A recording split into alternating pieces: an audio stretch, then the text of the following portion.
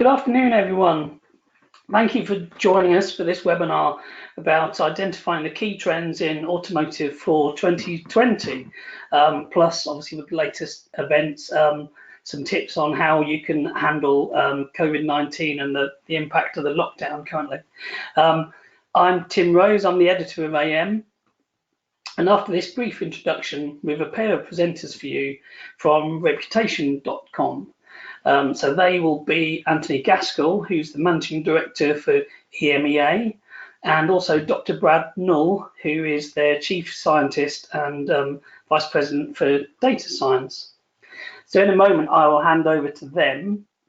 But before I do, can I just remind you how you can be involved in this webinar?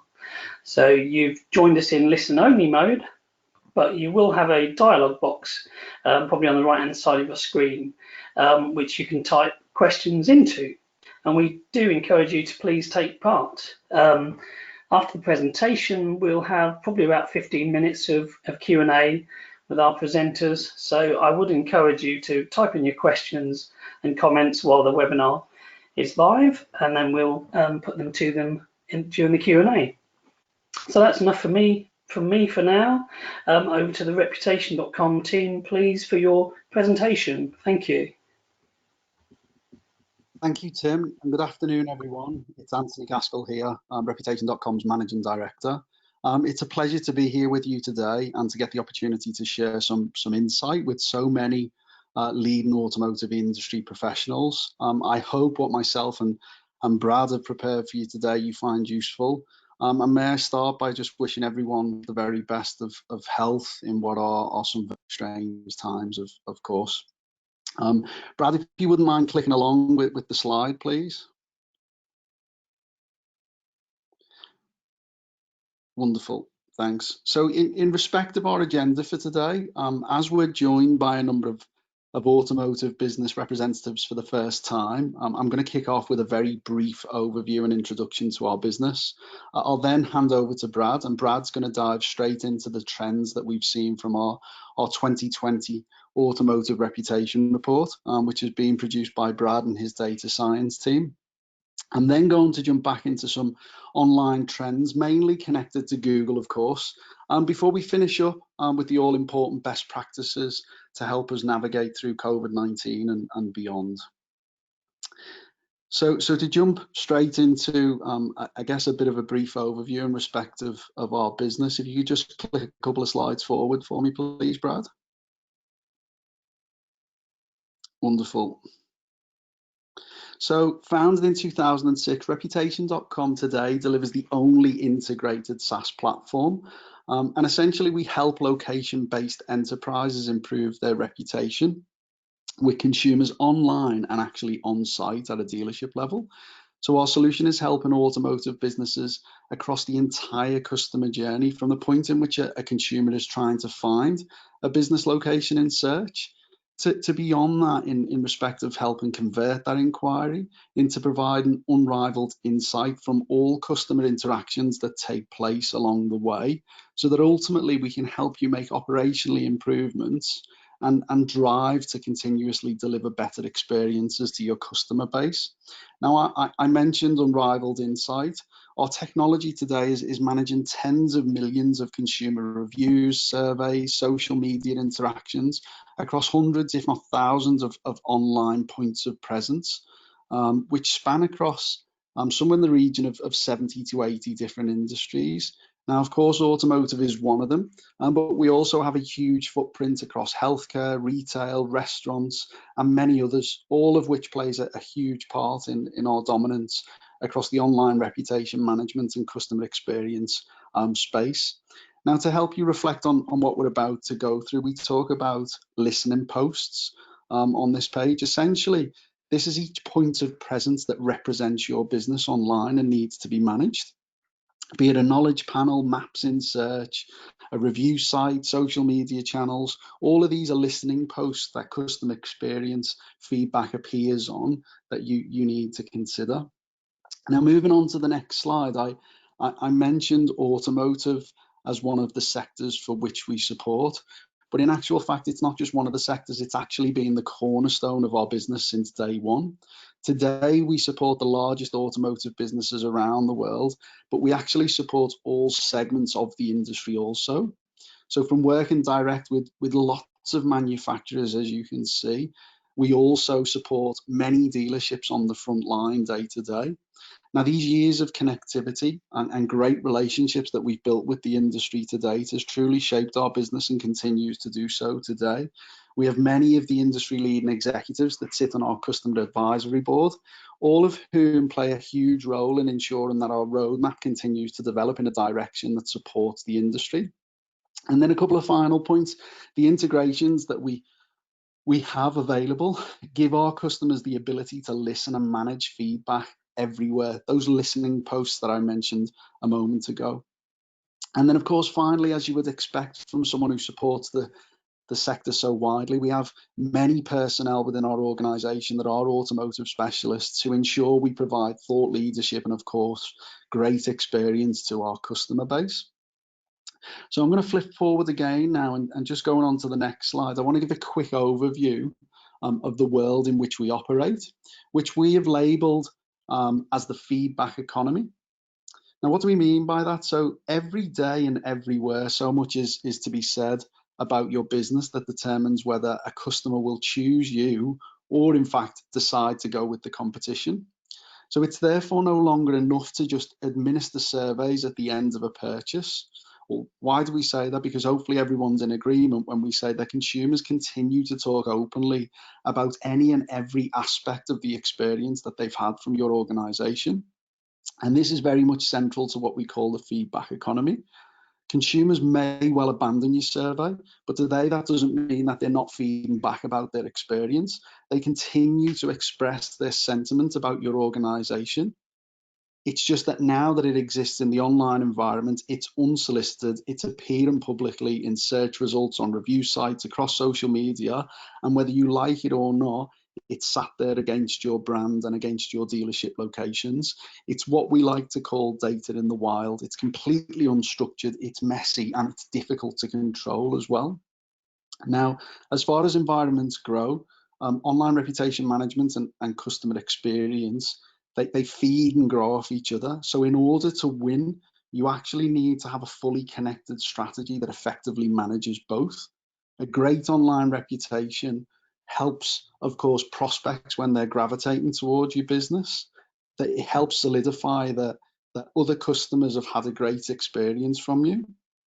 And then when that prospect arrives at your dealership, a great customer experience management program in place ensures that you have the ability to listen to consumers, understand the feedback, so that, of course, you can continue to improve experience as you go. So with an online reputation management and CX connected strategy, that the resultant endorsements get seen in search results, where, of course, the cycle starts again and you can continually win business from that perspective. So to move on to the next slide and essentially sum up before I hand over to Brad, we talk about these worlds merging. And by helping you combine ORM and CX, we're bridging, if you like, the digital marketing and on-site experience, helping you to ensure that you capture and manage the complete customer journey.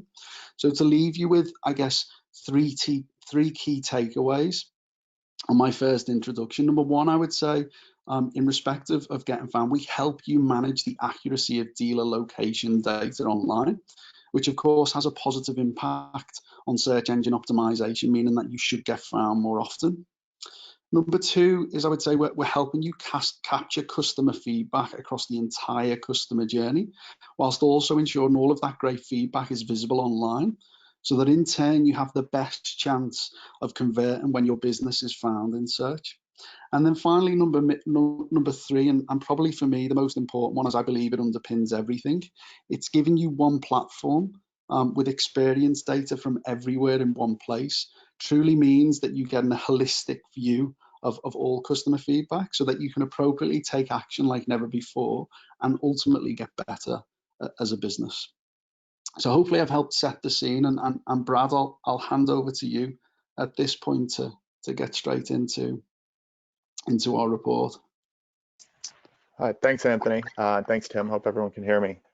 Yeah, so as Anthony said, I just want to take a few minutes to dive into the 2020 Auto Industry Report, Reputation Report, and what it's telling us, all this data we pulled together really about the industry and in particular about the European dealerships that we've studied. So I want to start by giving a little bit more detail about our methodology. And in doing that, as a data scientist, I'll start with the data. So it's important to note that this is all built on, as Anthony mentioned, this is all that data in the wild, and in particular, it's data about dealerships. And in this case, tens of thousands of them. So we pulled all the online data and feedback we could on all dealerships, throughout Europe, whether they're clients of ours or not. Since this is data in the wild, we actually, this is public data that everyone can see about every dealership out there. This includes reviews, replies to those reviews, social posts, social comments, business listings, search results, etc. Any information out there that's impacting your brand and impacting your dealership. We pulled this together. Then we apply some of that machine learning that Anthony mentioned to separate this data into sales-related feedback, service-related feedback. And then we just want to dig into that feedback and figure out what drove the most positive and negative experiences at each of these dealerships. How's that impacting overall satisfaction, and how's that impacting your business? So to break down all of that data, the first thing when we started building this platform, we started analyzing this data 9-10 years ago. We developed what we call the reputation score, and the reputation score is really meant to be a single KPI for a dealership's reputation that aggregates all of this online data in a way that ties to real performance and something that that a business or a dealership would really care about. And beyond that single metric, we actually break that score down into 3 key components: visibility, engagement, and sentiment. And you'll see how these map to what Anthony described earlier as get found, get chosen, get better. So I'll walk you through each of those components real quickly as well, and with regards to kind of how we break down the score into those components. So visibility really refers to a dealership and an OEM brand's online presence. Can customers and potential customers find you online? Do you show up prominently and compellingly in search? Is your business information everywhere it needs to be, and is it accurate? So this really includes the business listing accuracy as well as the customer's ability to easily find reviews and feedback. And really one of the key factors that makes you noticeable also is reviews. Having a good volume of reviews, especially recent ones, which can help ensure that you have good rankings and good conversion rates. Now, the second component here is engagement. And engaging with customers throughout the journey also helps by driving new content, driving higher search rankings and greater customer satisfaction. So it's important to look at here, how are you engaging with your customers and prospects online? How responsive are you to these online reviews, complaints, and queries, and so on and so forth. And finally, as Anthony mentioned, the third and perhaps the most important is the sentiment. What is the overall sentiment of your customers and potential customers online, and what's driving that?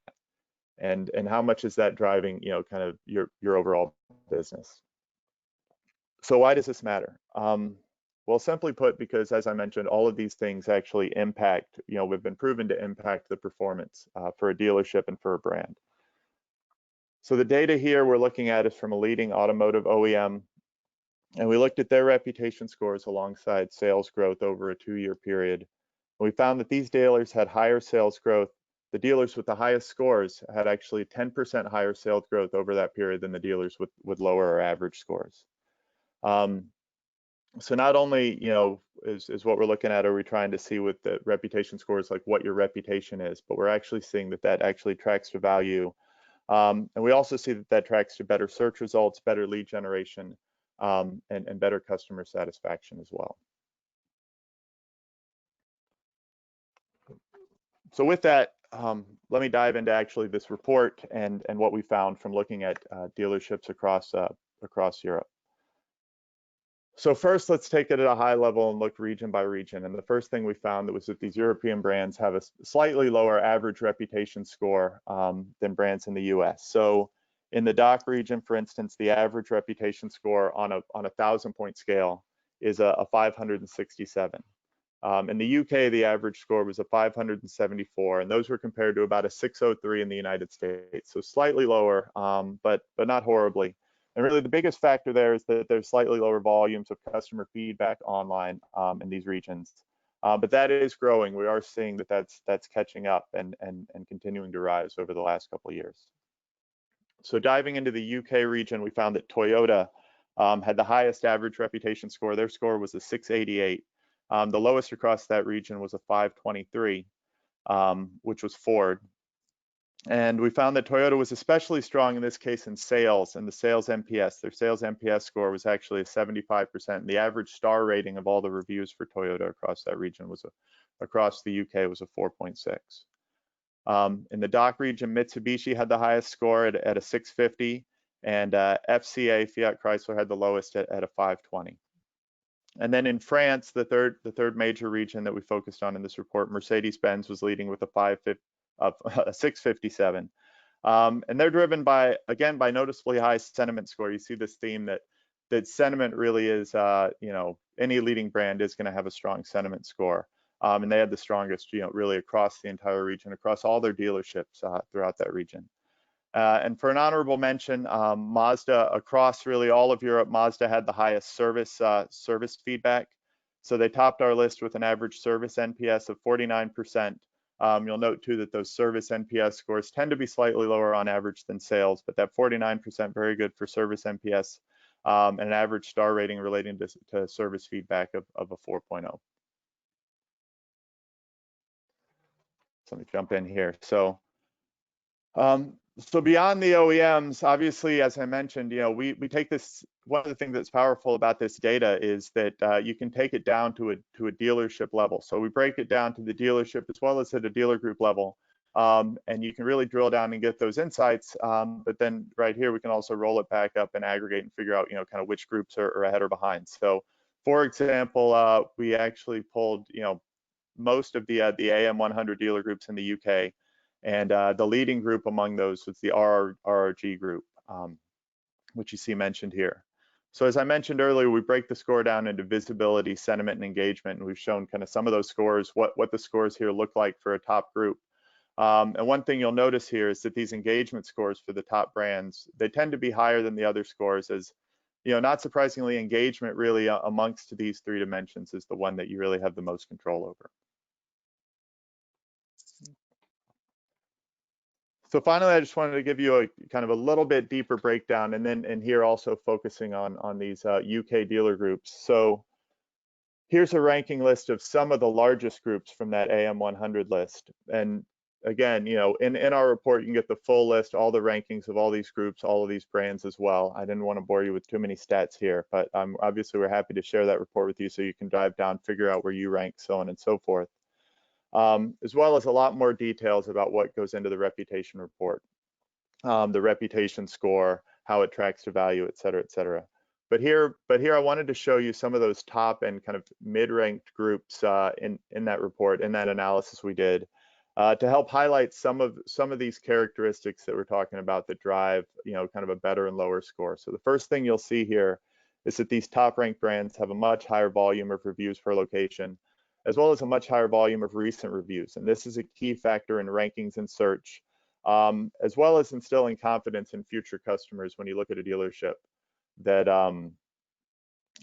there are other people that are going there that are providing feedback about what that experience is like.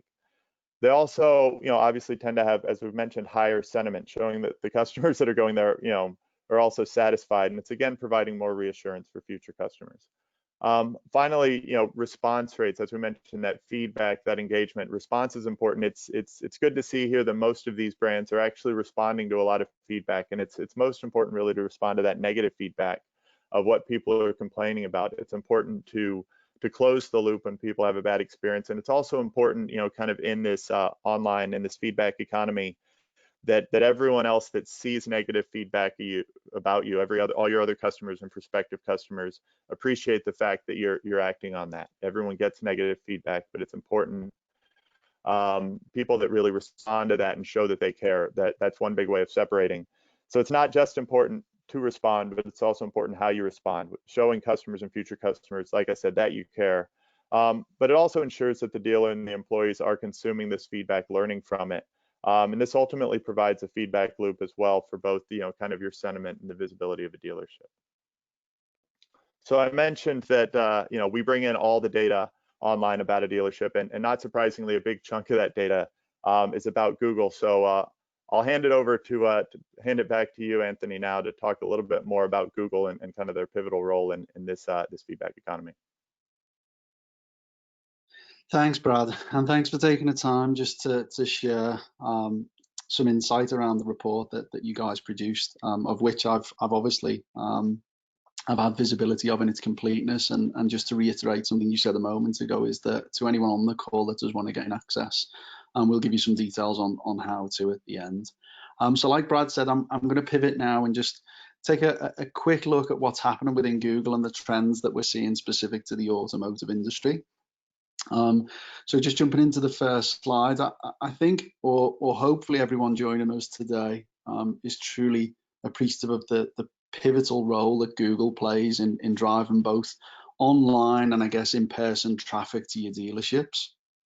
Now that said, I speak to very few who are truly taking advantage of this and maximizing the value that can be driven from this channel, so to speak.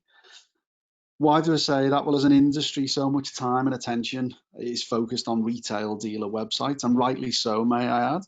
But I think still too often I see businesses neglecting the need to monitor and track performance of their Google My Business page. And I find this super interesting, especially in the context of some of the stuff that you're seeing on screen. So first and foremost, Google today is unquestionably the front door to your business.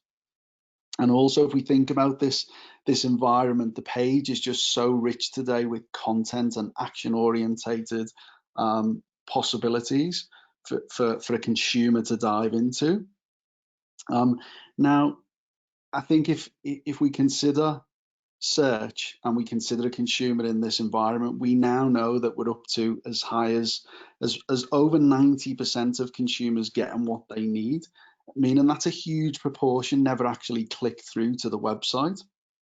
Now, I think if we go more broadly, I'd probably say to everyone, keep in mind that this is a universal shift, so to speak, where all industries need to learn how to navigate through, I guess, what is an environment that continues to change, so is somewhat new waters, so to speak. And if we think about it from a knowledge panel perspective within Google, a consumer can click to call, they can ask for driving directions, all of which is being influenced by the customer feedback that is, of course, front and center stage. And this, for me, just underlines why the environment needs to be a consistent and primary focus for all businesses. So we flashed up another slide, and for me, this just allows me to kind of give you a couple of key takeaways. Really, there's so much that we'll talk about today with what Brad's given an overview on, and some more stuff that I will mention from search and Google. And I feel this slide does a great job of giving two very important points about what you can do, what Google can do for your business. Sorry. Number one is to improve your visibility when customers are looking for a service that you provide.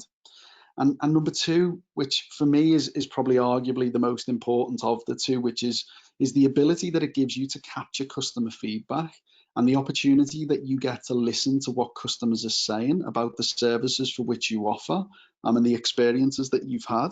And that, of course, allows you to make operational improvements so that you can put in place best practices to take action and ultimately in the future deliver better experiences.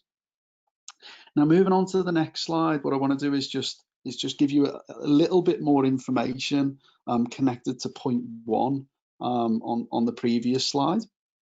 And this is in respect of specifically relating to Google's algorithm and the factors that help you as a business with many locations rank in that local search, if you like. It's a search that's done when someone's searching for a certain service within a certain geography for which you operate. So what you're seeing on screen is a survey that was conducted probably a little bit over a year and a half ago, and it aims to demonstrate what are the primary signals that are impacting a business appearing within that local search. And to be specific on this point, we're talking about them non-brand related search queries. So we're talking about the search, for example, car dealership near me or car servicing in a certain geography. And when you look at these factors, for me, what I guess what the most compelling point is, and the most interesting point, is just how many of these aspects that you do have somewhat direct control over. So if we take reviews as the first example, and some of the points that Brad actually mentioned, having a process in place to generate more review volume and to be able to improve your star average, and taking the time to actually respond to those reviews, all of these are influencing factors, as you can see from the algorithm. If we think about the Google My Business page that we spoke about, your ability to be able to manage that page, make sure that the content that you have on there is robust and that the page is fully complete and consistently kept up to date, again, another super important point, and one in which that you can completely control. And then again, when we talk about on page, of course, you have control of the content that exists on your website, which again is super important, easy for you to control, and another important point to allow you to appear in this prime real estate in search, if you like. Now, the next couple of slides I'm going to speed through, if you like, as they're basically here just to share with you some statistics that back up some of the theories that we've already covered and discussed on previous slides. So this first one is specific to that local search that I've just mentioned a moment ago. And what I wanted to highlight is that today, or if you like, over the last 2 years, specific to the automotive industry, we've seen this search term grow by 200%, which is a phenomenal figure when you can consider the search volume that's running through this environment. Moving on to the next one, but again, similarly connected to the statistic that I've just mentioned, is the fact that consumers are taking action, and the rate in which they're taking action once they've made that all-important search.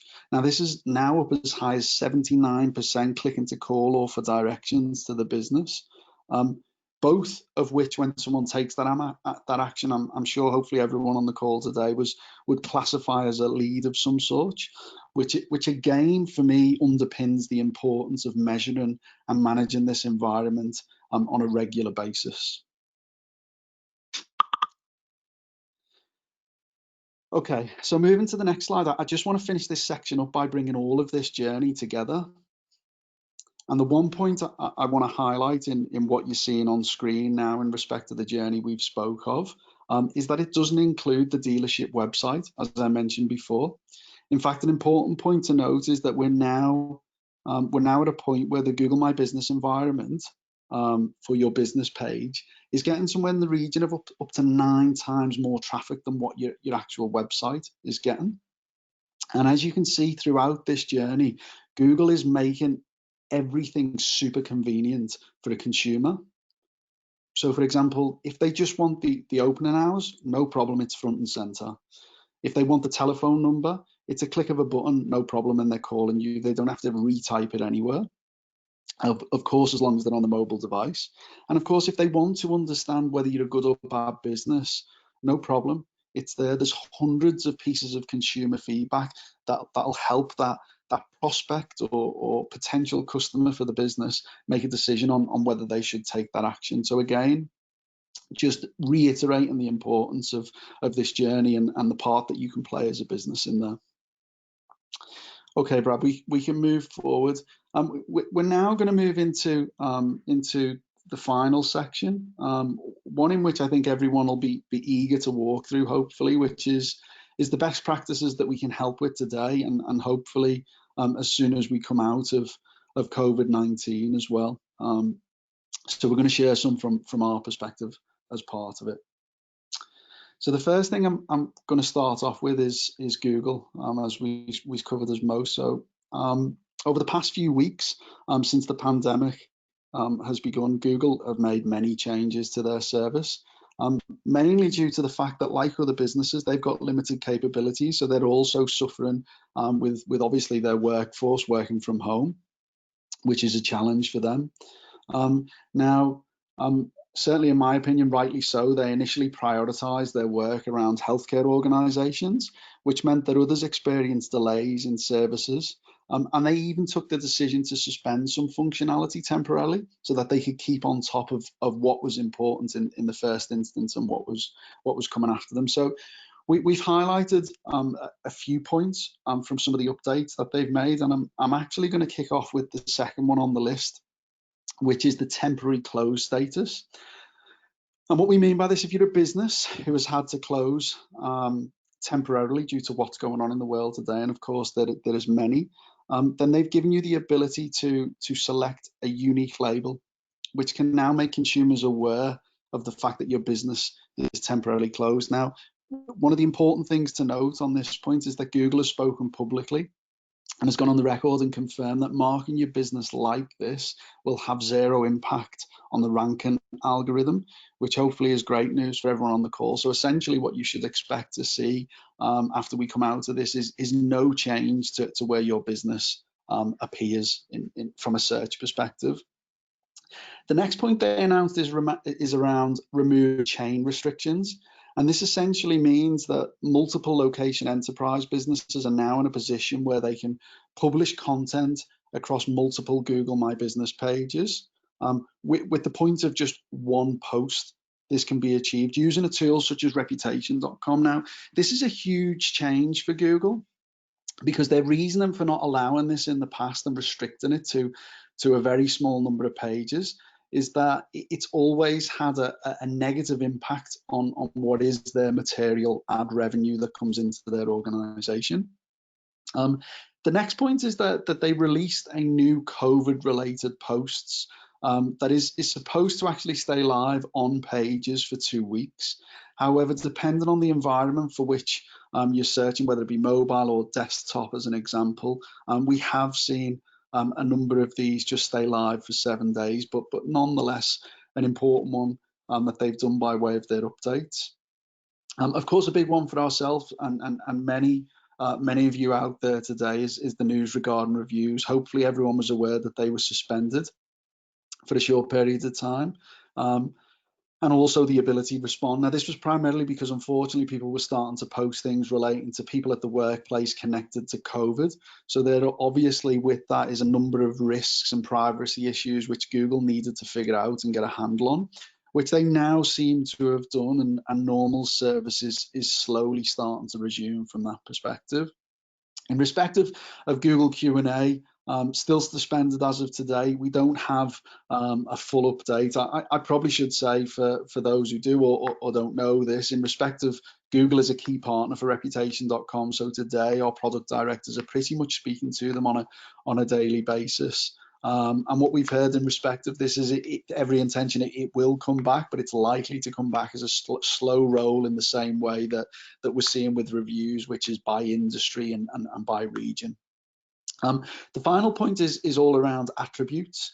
Google has done a lot of work on this over the past few weeks, making available to businesses a more extensive range of attributes, the way in which a business can present the services for which they offer when a customer does that all important search in respect to something, to ensure that a consumer is pointed at the business for which offers the service for which they need, and also it has all the pertinent information on that page as well. Okay, so moving on to the next slide. And similar to the theme of our discussion so far, much of which of the online world that we talk about starts with Google, and therefore so does our first tip for the day.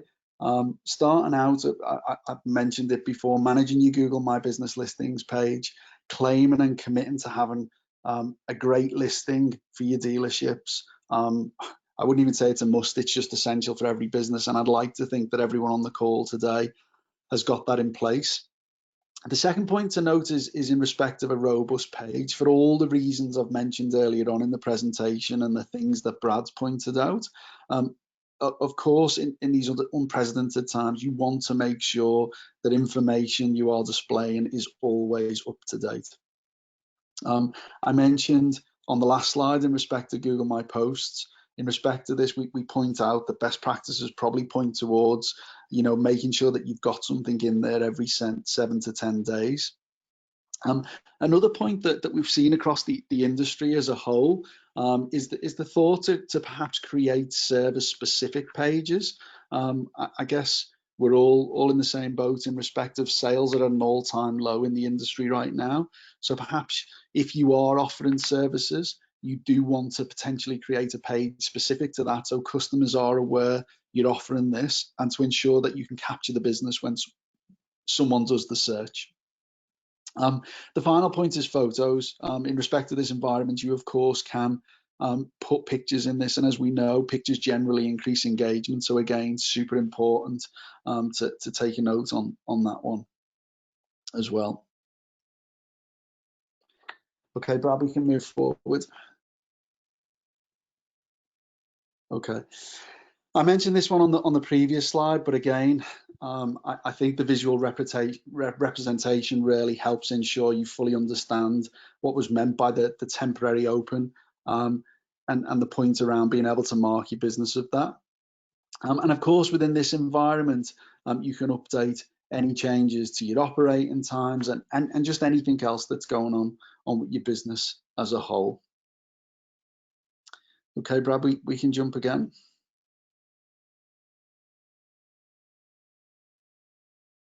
Perfect. Next is to update your information details, starting with your business description. We recommend including details around any extra precautions your dealership is taking, and what services you're offering to the community during this time. Going back to attributes, which I mentioned earlier, again, this is a great way to add tags about the key things that customers are looking for. If applicable, you could consider adding or updating these to more accurately represent your operations during the circumstances for which we find ourselves in today. Examples of this could be, changes to any amenities, offerings that you've got, or any planning suggestions that you've got upcoming as well. And then moving on. What we would also recommend is taking the time to create a post to share more directly with your local community about what is currently going on at your dealership. This is clearly a great place to include photos or videos to show any updates that you've made to accommodate customers. I'd also say as well, offers could be another important option to share updates about as well.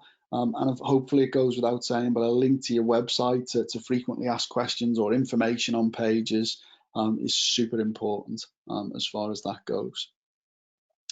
So the next thing I want to go into is just engaging on your social channels more broadly.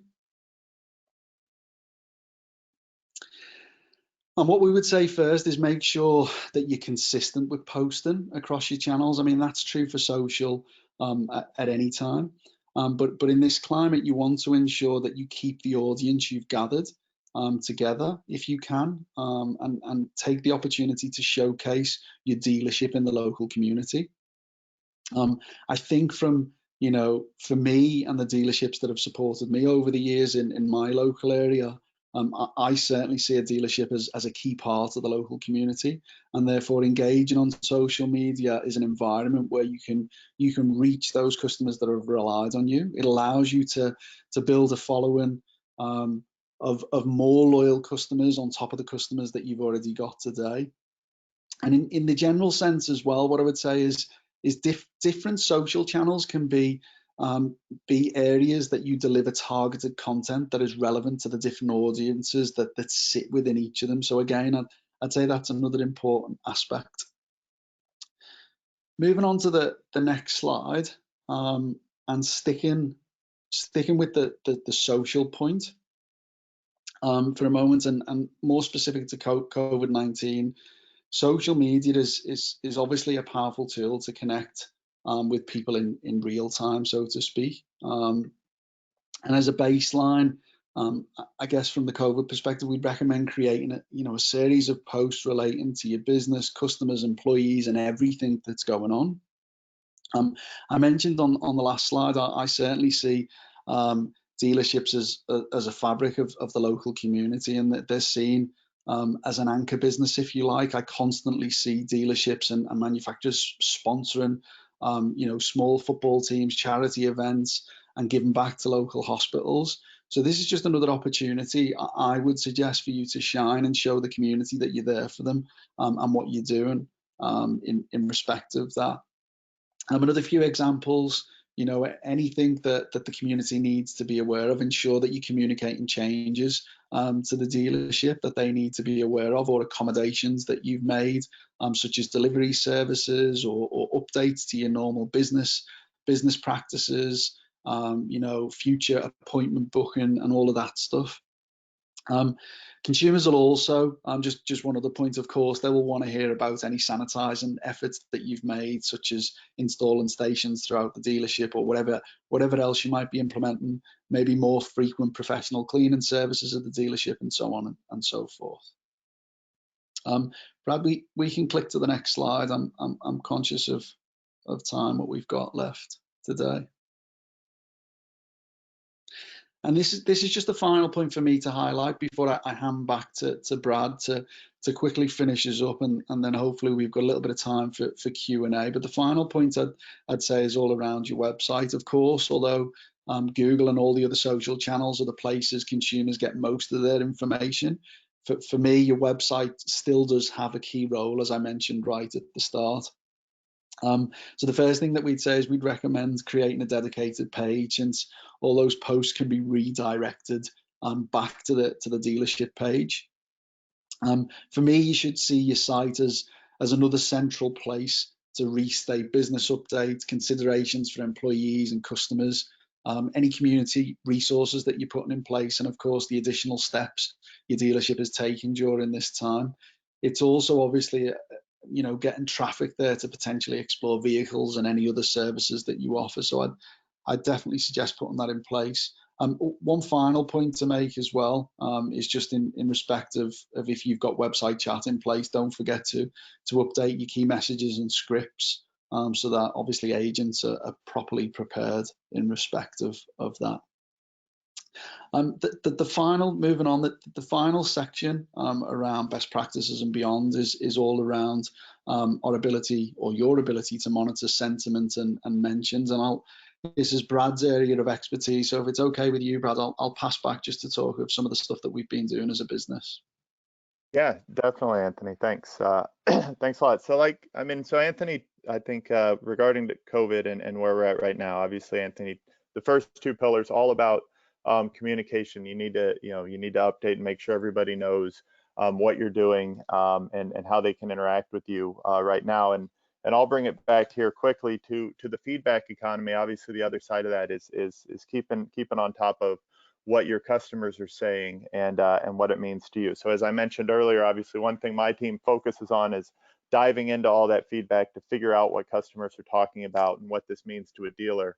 So I just want to take you guys through a little of that quickly. What we're seeing and what we think are kind of some of the key themes of what you need to be kind of aware of and thinking about. So for us to monitor this, obviously, we've built a platform, our operations platform, where we're sucking in this data, we're pulling it apart, trying to separate that, as I mentioned, that customer sentiment into several categories. We talked about sales versus service before, also feedback about staff, about facilities, about customer service, and all those efforts to identify which locations are excelling or lagging behind and why. But lately, obviously, we've targeted and started to focus those tools more and more on COVID-19 and what's happening now and what we can uncover now about where are customers reaching out, what are their concerns about safety or cleanliness or reaching you online, and how is this impacting your business. So to do that, we've broken that down and we've started diving into the data. And so I want to show you guys a little bit more of kind of what we're seeing here. I mean, first of all, just to reiterate the importance of, hey, there is a lot of feedback out there. It's important to keep your arms on it. It's important to be monitoring it and getting that feedback to people who need to see it. And one of the things we're seeing here is, first of all, I mean, not surprisingly, this is a view really across our whole platform. So across aggregate data across North America and Europe of how much auto industry feedback is related, explicitly, specifically mentioning COVID-19 and auto dealers' reactions to it. Obviously, it started basically at 0 at the beginning of March and quickly ramped up and leveled off at about 5% of all that traffic. And that's just the explicit COVID-related traffic. And we're seeing a lot more indirect traffic. We're seeing a lot more people talking about certain aspects of the experience, relating to safety, relating to changing hours, relating to no-touch services such as delivery and online services. We've also seen that those topics all grow from 3 to 5-fold as well. So obviously, there's a lot of this feedback. There's a lot that's interesting to find out. And one dimension, obviously, that's really important to look at there is the sentiment. I think there was a big concern, certainly in the beginning, that, oh, there's going to be a backlash. Everyone's going to be scared. Everyone's going to be upset. And really, if you look at this graph on the right, we did see there was some concern in the beginning. There was a bit of negativity, a bit of fear for safety. If you saw on some of those slides earlier, some of the mentions of concerns that people aren't wearing gloves, concerns that people aren't distancing the way we'd want them to. There was a bit of that, really right in the beginning. But I think as we've leveled off, as we've started to figure out, on both sides, kind of how to work in this new normal, we've seen actually overwhelming positivity in the feedback and appreciation that the customers are giving, because those customers that they're still being served, that still need to be served right now, really appreciative of the respect they're seeing, really kind of industry wide, and a lot of positivity around this topic, a lot more than maybe we expected at first. Now, with all this online data, I mentioned that we're also trying to track, what it means to your business. So one thing we track too is, in particular, as we monitor all of this feedback, is activity, and activity specific, online activity, and specifically relating to those Google My Business pages, those GMB pages.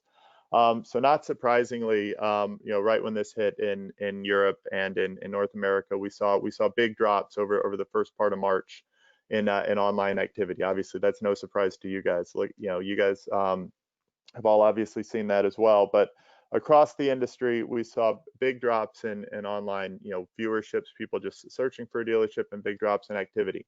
Now, this hasn't been across the board, obviously, and not surprisingly, a lot bigger drops for driving directions than, for instance, people going to visit your website and seeing what they can figure out there. But the good news is, over the last couple of weeks, we have seen that level out. I mean, we believe we've hit the bottom, and we've actually started to increase slightly. People are starting to engage. We figured out the new normal, and we're expecting that trend to start coming back up. And we're expecting to see more and more activity. And all the more reason, I think, right now, just to finish with my last slide, as I mentioned, we're diving, continuing to dive into this data, figuring out what it can tell us. One relationship we really started to explore is whether certain dealerships are better positioned to succeed over the next few months, given all these changes. We found that we're already seeing, online. So what we did here is we looked at online traffic, what we're seeing just over the last few weeks for dealerships with better feedback around no-touch services, the sorts of drop-off and pickup, the sorts of online services they can get from their dealer, versus the dealerships with the worst feedback, people complaining about that experience or having difficulty engaging in those ways. And we're already seeing a rise in 12% of that best group versus the worst group of online traffic, of them generating phone calls and visits and whatnot. So we're already starting to see a differentiation there. And obviously, this is just the tip of the iceberg, and something we're going to definitely keep digging into, and continuing publishing and sharing whatever we can find to help uncover what's driving what is this new normal we're driving to, and how can we understand the feedback economy now and how it's impacting our businesses. So with that, Anthony, Tim, I'll hand it back to you guys to finish it up. Fantastic, thank you, Brad. We shall just take some time now for a few questions from viewers. There is still there's a handful in already, but there is still time to submit a few more. So please do, if there's anything you want to ask, then and enter that into your questions or comment box, please. So to start with, one that's come in here is asking whether dealers are able to update multiple Google My Business accounts with the temporary close notification or some new attributes at once. So time saving, really, I guess. Thanks, Tim. I'll take that. It's Anthony. So if essentially, if you're managing your listing via the Google My Business dashboard, then it's not possible to do so. But if you are using a software solution or an online reputation management platform, somewhat like Reputation.com, then you can update attributes to multiple listings at once. Yes. Yep. Okay, hopefully thank you. Well, carry on. I was just saying, hopefully that answers the question for the person out there. Yeah, that's fine. Thank you. Talking about reviews, obviously with a lot of dealerships on lockdown for a few weeks now, somebody's questioning whether they should still respond to reviews that are now a few weeks old, and whether they would still be relevant anymore. That's a great question as well. I think from our perspective, typically we would recommend that once a review is over 1 month old and you haven't responded to it, it's probably too late. Because actually best practices, you should respond within 1 or 2 days, especially for negative reviews. But with COVID-19, it's a unique case again, I guess. So therefore, there's probably more room to respond to reviews later.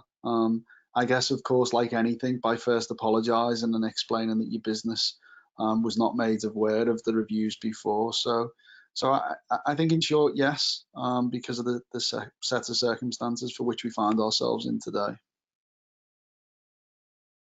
Okay, that's fair enough. Absolutely. One's coming in here. As most auto dealers have limited marketing resource at the moment, in terms of reviews, where should they prioritize in terms of response and measurement? For example, suggested market leaders such as Google and Auto Trader, as opposed to other review sites. Yeah, I think I would absolutely say that. I would agree. I guess the person somewhat answered their own question to a certain extent, and I would echo it. I think with limited resources, you have to concentrate, unfortunately, on the environments where you've got the most traffic.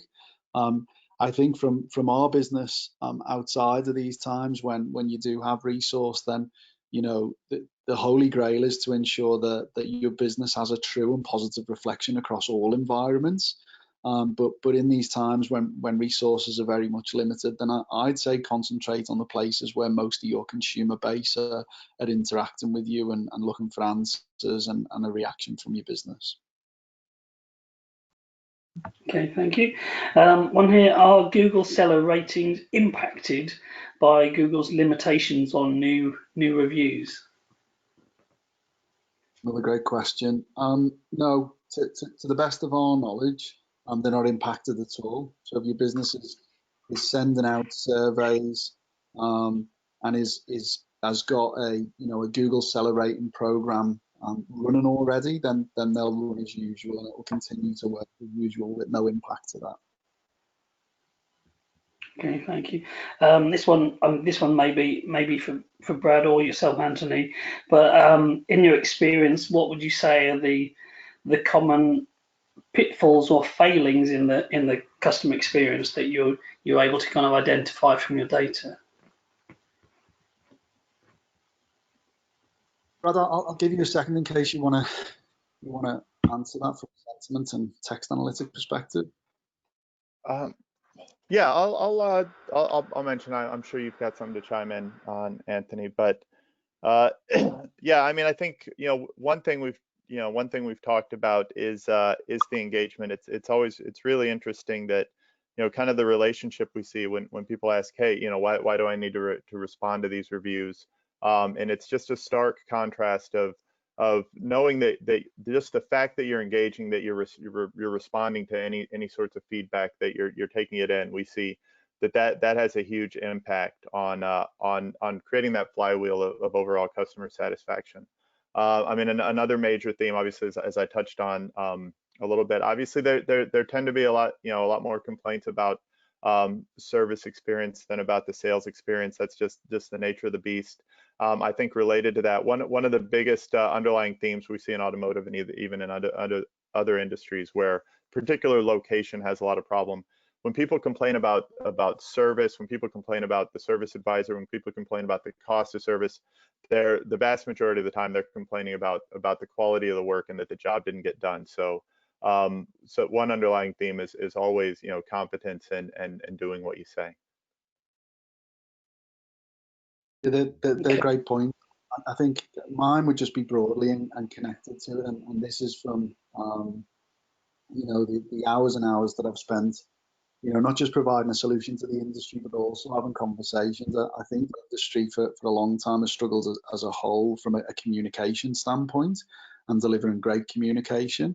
And I think that only gets more and more complex in the world in which we live in today, when there are so many different channels that a customer can choose to communicate with the dealership. You know, whether it is an email that comes in, whether it's an SMS, whether it's something via the website, whether it's something that funnels through the manufacturer, whether of course it's a Google review or through one of the channels, social channels, so to speak. So for me, I think that's something that is a constant challenge, and the better a business can equip itself to deal with all of the different interactions that are coming their way, then I think, you know, you'll start to see improvements in sentiment around contact and feedback.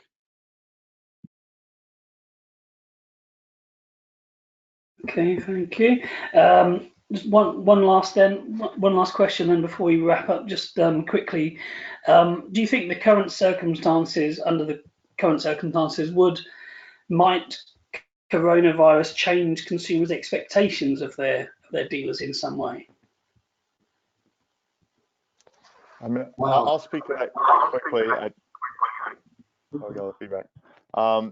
Because I think we are already seeing that. I mean, that's what I was trying to touch on quickly there at the end, that, yeah, I mean, obviously right now there's a lot more focus on certain, you know, aspects of the experience, similar to, you know, related to Corona, about safety and precautions, about, you know, being able, you know, a more seamless, you know, experience. I think that trend is going to continue, especially, yeah, obviously we're going to start to see a lot more feedback, you know, need to make appointments and just really streamline the experience for people as much as we can move to online services and no touch services. For sure, that's something we're already seeing, and we're already seeing some differentiation in the market due to that. Okay, Anthony, do you have anything to add to that at all? You're happy? Yeah, I think Brad articulated it really well, in all honesty, and he's at the heart of the data that we're seeing in the business. So I couldn't have said it anywhere close to as good as what Brad did. So hopefully everyone plays it. Fine. Okay. Well, we'll wrap up there then, everyone. I would like to say a big thank you to Anthony and Brad from Reputation.com for joining us for today's presentation. Audience, I'm sure you've got plenty now to think about. If you wish to view it again, you'll be emailed a link, and it will be published on AM Online later on today as well. And the slides are available. There's been a couple of questions about whether the slides will be available. So yes, they will. So thank you all for joining us today. There'll be more webinars from AM in the coming months, so do keep an eye on the website and your newsletters for those. So yeah, that's all from us. Thank you all very much for listening. Everybody keep safe.